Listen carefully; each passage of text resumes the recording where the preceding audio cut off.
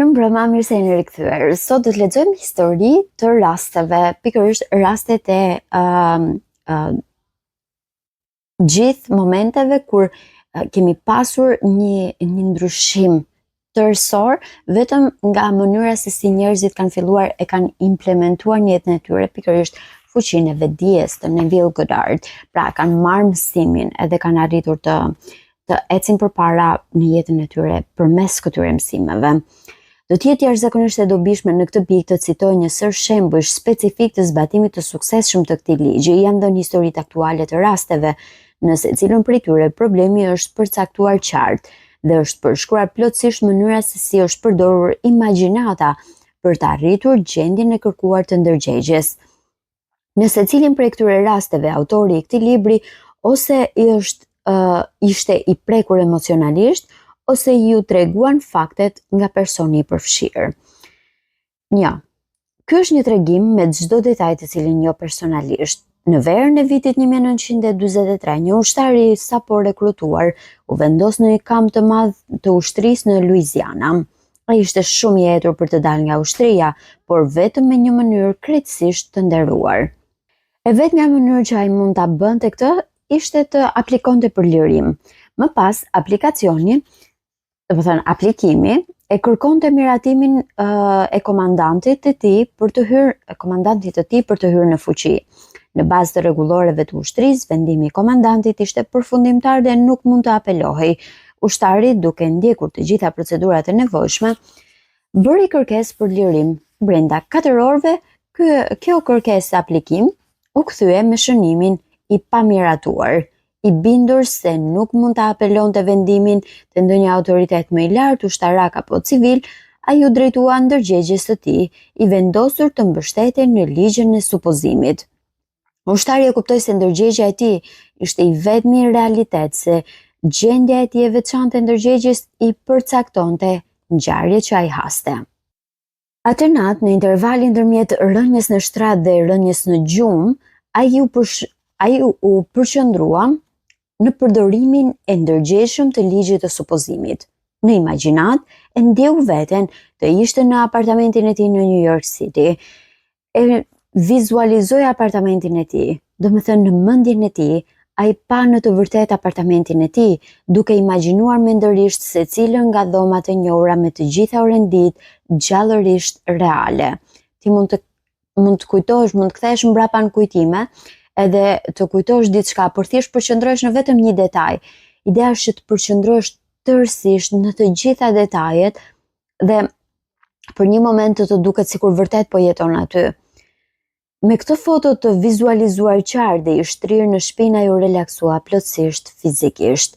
Në këtë mënyrë e nxiti një gjendje në kufi me gjumin, duke mbajtur në të njëjtën kohë kontrollin e drejtimit të vëmendjes së tij.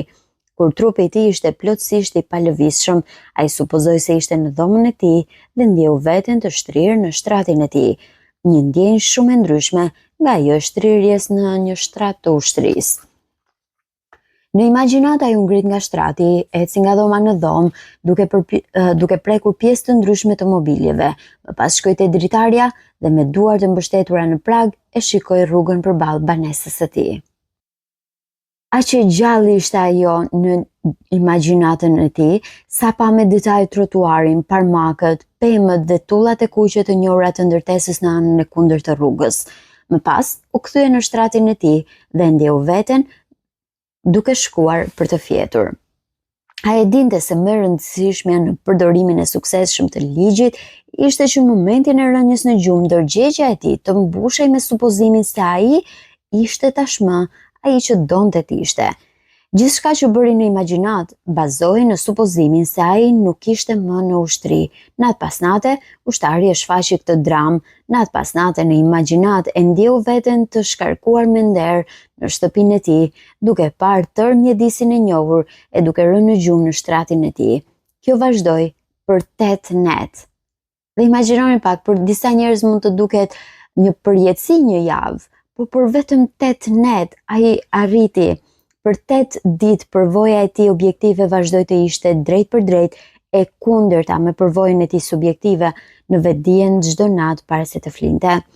Në ditën e 9, nga shtabi i batalionit erdhi urdhri që ushtarit ta plotësonte një kërkesë të re për shkarkimin e tij.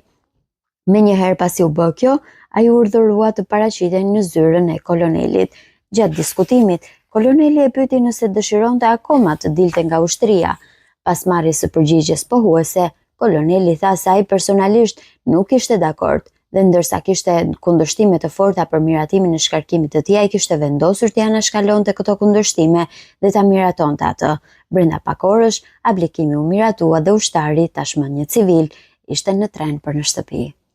Imagjinojeni pak se sa e mrekullueshme është. Nena ndodh ndonjëherë, djali ka imagjinuar me detaje edhe tullat e pallatit përballë, e jo më vendin ku e jetonte vet.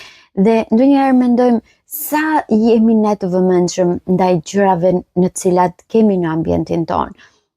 Mua më pëlqen të them gjatë gjithë kohës, e njoh rrëmujën time.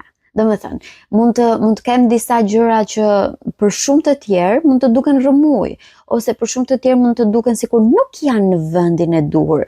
Por unë e di se nëse e lë diçka aty, unë do ta gjej aty dhe mund të jem kudo, unë mundem që me sytë e mendjes ta shoh edhe të them, e ke këtu në të majt, në të djathtë, ose pak më lart ose pak më poshtë. Pse? Sepse e njoh ambientin tim që më rrethon. Por ndonjëherë nuk jam shumë e vëmendshme, fjala vjen për të vizualizuar konkretisht çdo pjesë të kuzhinës ose çdo pjesë të dhomave të tjera. Dhe mendoj që të krijuarit e një harte eksakte të asaj që ti do, të ndihmon shumë që të arrish sa më shpejt atje. Siç e ka arritur ky për 8 ditë. Për 8 ditë ka arritur të ndryshoj imagjinatën. Domethënë përmes imagjinatës të ndryshoj realitetin e tij, të ndryshoj nga aty ku ishte në vendin ku do donte të ishte.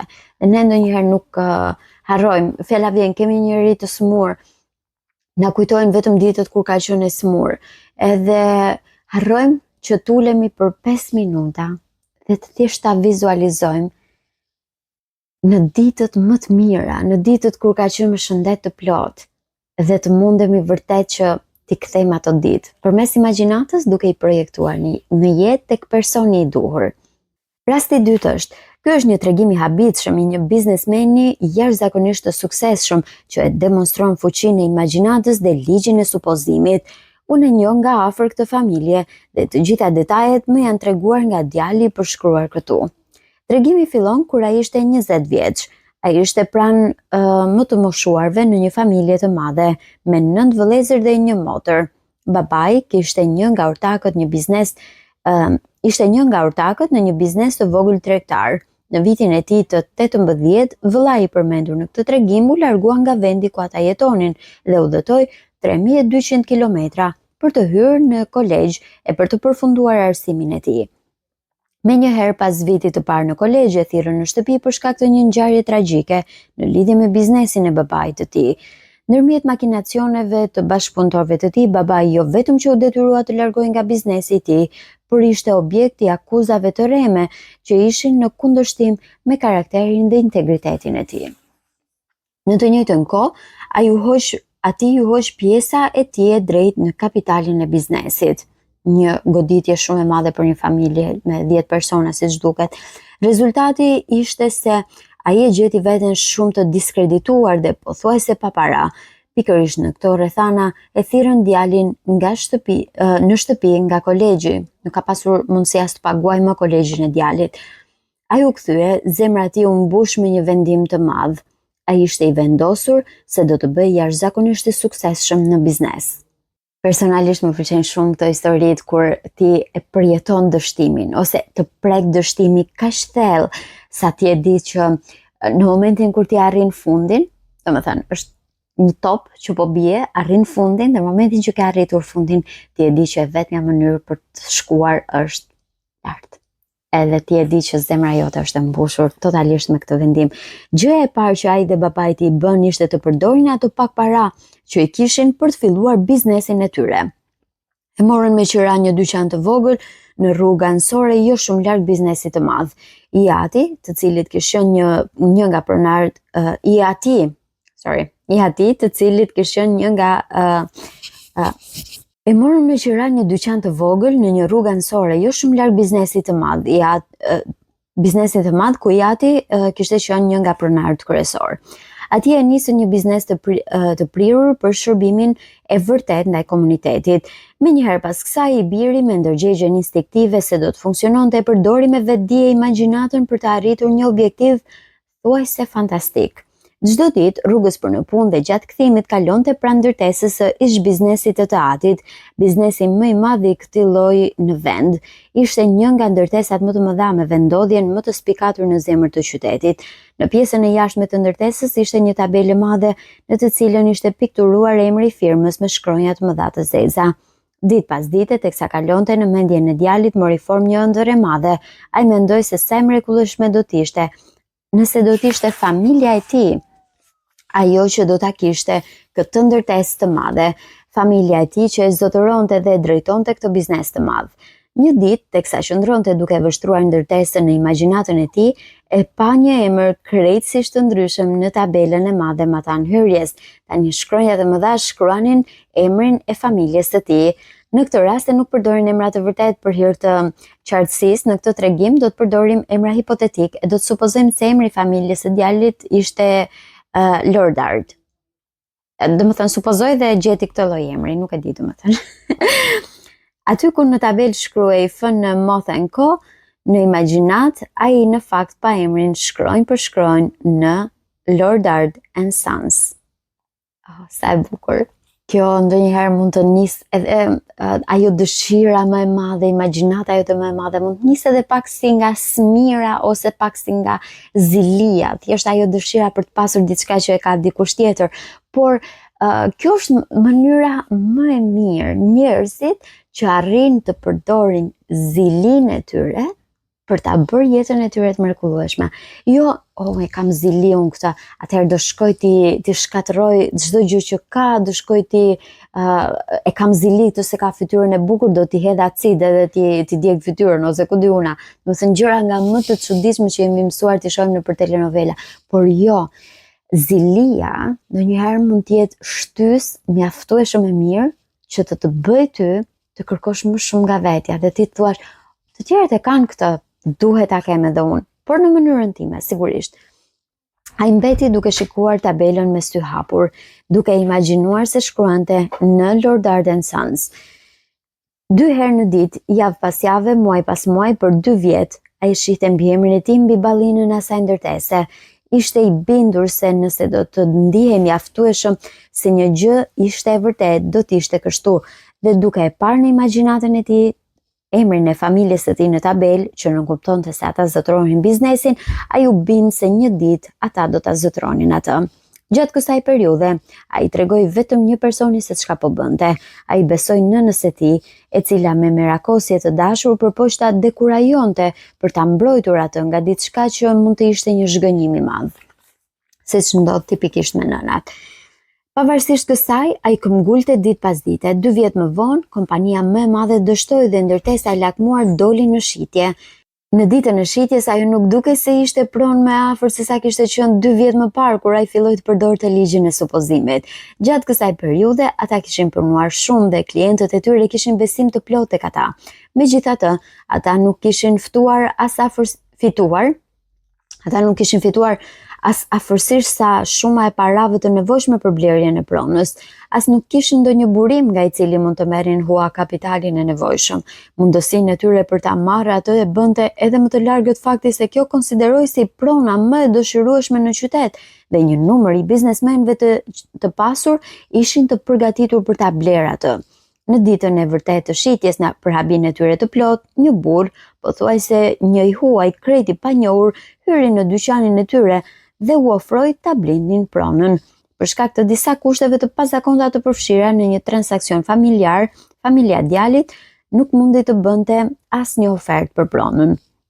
Ata menduan se burri po bënte shaka, megjithatë nuk ishte kështu. Burri shpjegoi se i kishte parë për disa kohë, e kishte admiruar aftësinë e tyre, besonte në integritetin e tyre dhe se furnizimi i kapitalit për ta për të hyrë në biznes në një shkallë më të gjerë ishte një investim jashtëzakonisht i mirë për ta.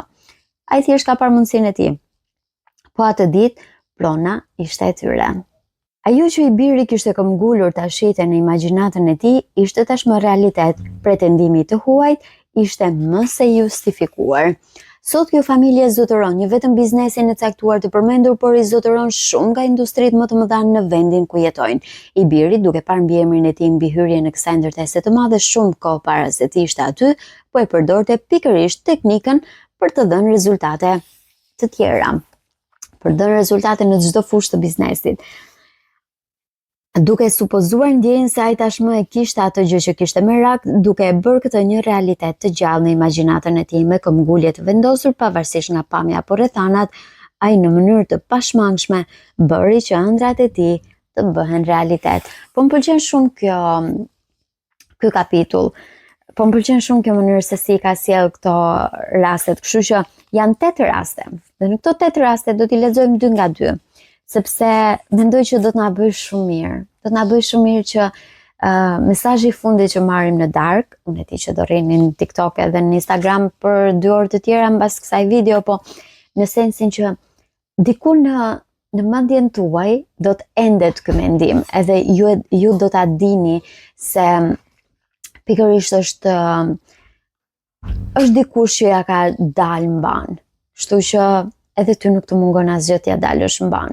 Ju tashmë i dini të gjitha sekretet e kësaj teknike, kështu që nëse nuk i dini, ju e dini ku mund t'i gjeni, edhe mund të jesh vërtet të uleni dhe ta vizualizoni. Kaq e thjeshtë është. Do të shihemi sërish në një video tjetër. Natën e mirë.